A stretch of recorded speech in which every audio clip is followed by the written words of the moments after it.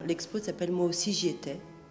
C'est la première expo de la conserverie, donc il me semblait un peu judicieux et puis peut-être un peu drôle de faire un hommage un peu appuyé aux photographes. C'est-à-dire que ces images ont comme point commun esthétique de porter en elles la trace du photographe aussi simplement que par son ombre portée. Ils sont tous oubliés dans l'image.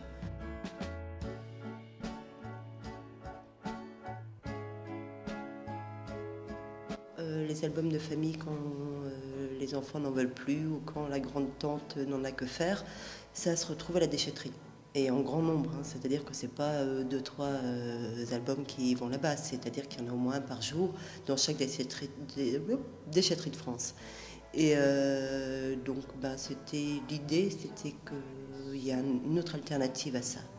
C'est pour moi l'occasion de suggérer qu'on peut regarder son album de famille avec un autre regard, parce que justement elle n'est pas considérée comme noble, cette photographie de famille. Elle permet aux gens d'oser aimer des critiques, d'oser avoir une préférée. C'est ce qui m'intéresse, c'est qu'on puisse parler d'images sans avoir la pétoche de ne pas savoir dire, de ne pas savoir faire et de ne pas savoir penser.